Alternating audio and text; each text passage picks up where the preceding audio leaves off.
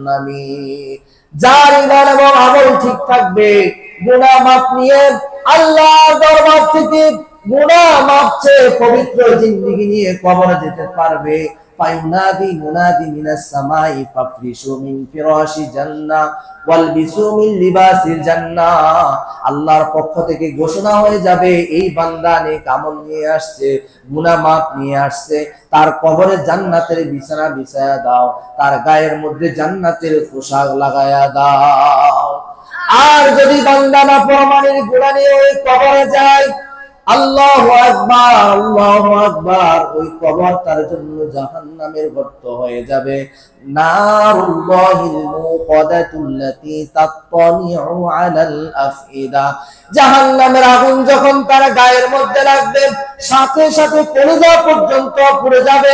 কুল্লামা নাদিজাত জুলুদুহুম বাদদালনাহুম জুলুদান গায়রাহা লিয়াযুকুল আযাব।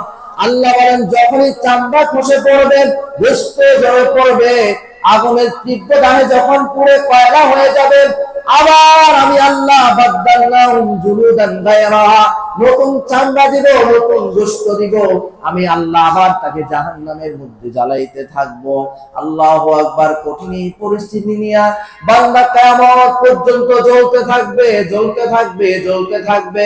ময়দানে মহাশরা যখন হাজির হয়ে যাবেন, আল্লাহ রাব্বুল আলামিন ডাক দিয়ে বলবেন, আয় আয়, আমার নেককার বান্দাগুলো কই, যারা আমি আল্লাহকে না দেখেও আমার ভয়ে নামাজ ঠিকমতো আদায় করেছো, রোজা ঠিকমতো রাখছো, নেকের আমল করছো, সৎভাবে জীবন যাপন করছো, গুনাহমুক্ত জিন্দেগি যাপন করছো, আজকে কই বান্দারা আসো, আমি আল্লাহর পরিবারভুক্তরা আসো। আইনা আহলুল্লাহ, আইনা আহলুল্লাহ।